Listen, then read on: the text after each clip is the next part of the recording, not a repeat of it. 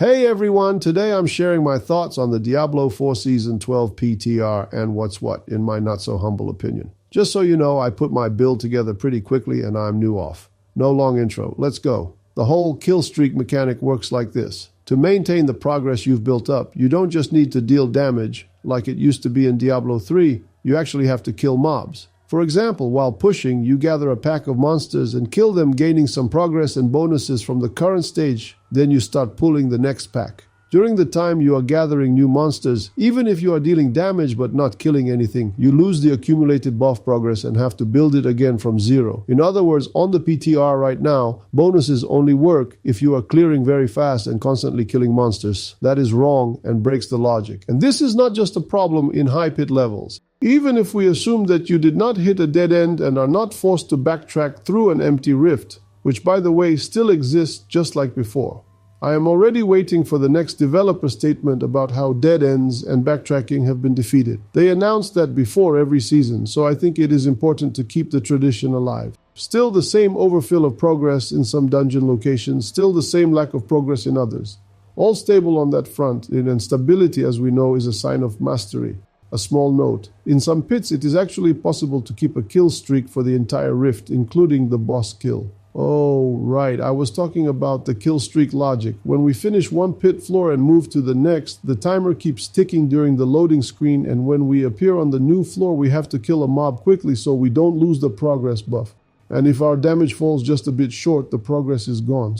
So the current implementation is not very logical. I think, and I am almost sure, that Blizzard will eventually update the reset timer to refresh on damage dealt instead of on monster kills. Another detail. Remember in the Season of Chaos, you had to turn off crossplay to encounter fewer players in the open world and seal more rifts? Well, it's back. This applies to Helltides for sure. Other players there will just get in the way of building your kill streak. I ran into this myself right in my first attempt to run one. By the way, the boss there is once again the Maiden. It is not like these kill streaks are extremely important, they are kind of mediocre. But my inner perfectionist is protesting. Now about the actual seasonal bonuses. They don't impress at all. I made a full list of these bonuses, and you know what? They're only good for farming.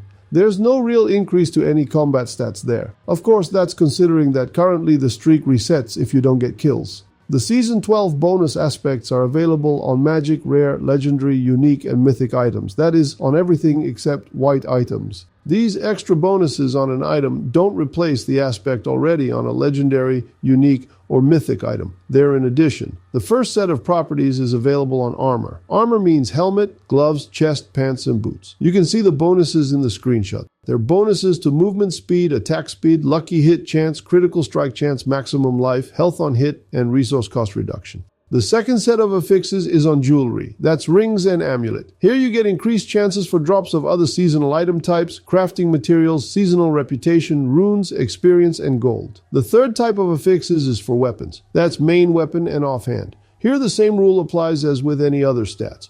On two-handed weapons, they're twice as high. Weapon bonuses give cooldown reduction, resource regeneration, the barbarian hook, also known as the butcher hook, berserking state, and bloodsplosion. Here I need to point out a very small detail. No matter how hard I tried, I couldn't clearly see that any bonuses were working when reaching different killstreak stages. I also didn't notice them stacking. Let me show you. Here I'm running with the Miracle stage active. That's the highest seasonal theme stage, so the bonus should be at its maximum. Yes, low kill count and Miracle stages because I'm on normal difficulty for simplicity of the test. I'm running full speed. My speed is shown in the profile as 100. I wait for the stacks to fall off. Speed is still 100. But here's the surprise. I actually have the movement speed bonus on 5 items. And subjectively, the running speed does not change at all. So for those who didn't catch that, I'll say it straight. Nothing works. Not only doesn't it stack, it doesn't work at all. This is when importing a character to the PTR. But if you create a seasonal character, then everything works. This is a very strange PTR. With imported existing characters, nothing works. Freshly created characters seem to work, even though it is clearly stated that the updates are for both seasonal and eternal realms. But let's not dig into what works how in which realm, and let's assume everything works as intended everywhere. In the current state, only the bonuses to rune drops, item drops, and materials are really useful. The combat bonuses only work during a streak, so they're unreliable, and you can easily do without them. meaning the combat bonuses will be somewhat useful while leveling, but later won't play a noticeable role at high levels. That is why the developers made these bonuses available starting from blue items, which you get from the very first levels. It may sound like I am criticizing Blizzard, but not in this case. Well, I do criticize the fact that nothing works when importing characters, but as I said, let us assume everything works as intended. First, they clearly stated that this season is a filler before the expansion update. Second, these bonuses don't break the game's mechanics, which after seasons 10 and 11 is already progress. Let me explain. In season 11, Chaos Armor and Infinite Mana made heroes practically immortal. Chaos Armor was fun, but Paragon became useless after around level 220. There was nowhere to spend it since you didn't need it for survivability. In Season 12, Paragon has been rebalanced, which is great by itself, but the dual aspects broke the core game logic. It's interesting in a way, but considering good items can be obtained through gameplay in about 700 hours, I don't personally see anything great in that. That is why I actually welcome these almost useless bonuses in Season 12. Finally, the seasonal theme does not break the game mechanics. If you think I don't know about the popularity of Seasons 10 and 11, or that such info passed me by, no, I know people want spectacle and entertainment, but I'm old and I'd prefer beauty and balance.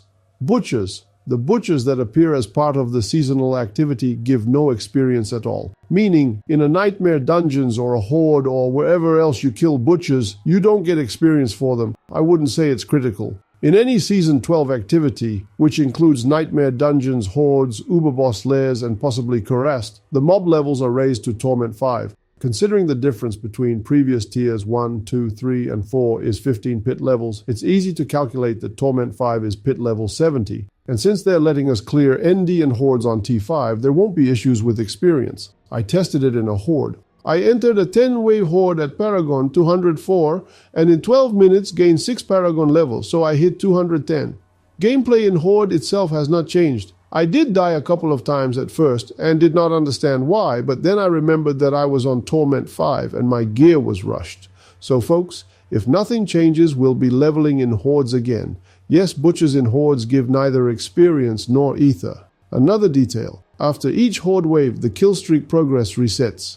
Now about the new lair bosses. All dungeon keys with seasonal buffs look exactly the same. To figure out which key leads to which boss, you have to read the description. Also, after killing any Uber once, you can't kill it again right away. Activating the sigil for the same boss again just doesn't work. You have to teleport out of the lair and activate the sigil from outside. You also have to run the whole path to the boss from the start of its dungeon each time you activate a sigil. The bosses themselves on T5 are noticeably stronger, and the bunch of butchers will also be annoying at first. But I'm always for reasonable increases in difficulty. Just don't understand why these Ubers are needed. Their drops are nothing special, and the time lost running to them each time isn't fun. It is unclear what the point is to go there. New uniques. Out of everything presented, only one item deserves attention in my not very modest opinion, and that is the amulet. But it won't fit all builds and classes. Off the top of my head, I can't think where to use it on sorceress builds, except maybe Blizzard, Lighting Spear, or Ice Shards builds. But there is one class it will definitely fit. You can probably guess which one. The cooldown on teleport as a sorceress skill hasn't changed. It's still manually limited to 0.85 seconds with the teleport aspect on boots. Since there are no updates to sorceress aspects or skills, the builds that worked before will still be the ones played. So if there are no changes to sorceress in the final patch before the season, I might play a different class in Season 12. Which one exactly I haven't decided yet. In any case, sorceress builds are and will be in the planner via the links in the description. In summary, the Season 12 theme is extremely useless due to very small combat bonuses. And that is a good thing, because all balance-breaking buffs and debuffs interfere with properly releasing an expansion. Crafting without Season 11's sanctification looks simple and fast. I hope the devs find a balance between the extremely unbalanced sanctification of Season 11 and the intrigue of sanctification. Introducing Torment 5 alongside nerfs to all classes, excellent. You can get tons of experience without grinding pit. The bloody affix in Cuirassed is present when importing a character to the PTR. When creating a seasonal character on the PTR, this affix isn't there. But even if the affix is there, there are no butchers inside. That is how it is. Even though everything is stated to work in both realms. This affix is needed not for the useless loot of these seasonal items, but for the mob difficulty. Although we are promised some unexpected details before the season launch, so maybe the bonuses will not be completely useless. Oh, I forgot. At the blacksmith, when master working, a greater affix can roll into a seasonal affix. So theoretically, we can now have items with 6 GA, 4 base properties, tempering, and the seasonal aspect. Even though they again said nothing about season length, I'm still sure Season 12 will last a month and a half. And starting April 28th with the expansion release, a new Season 13 will begin. That's neither good nor bad, it just is. For me, a new short Season 12 is better than extending the current Season 11 to over 4 months. No exact Season 12 start date yet. Roughly it'll be March 10th. That's all my PTR thoughts. I hope I didn't forget anything. If I did, write a comment. If I didn't, write about what a great guy I am. I'd appreciate a like and subscribe. Thanks for watching. Bye.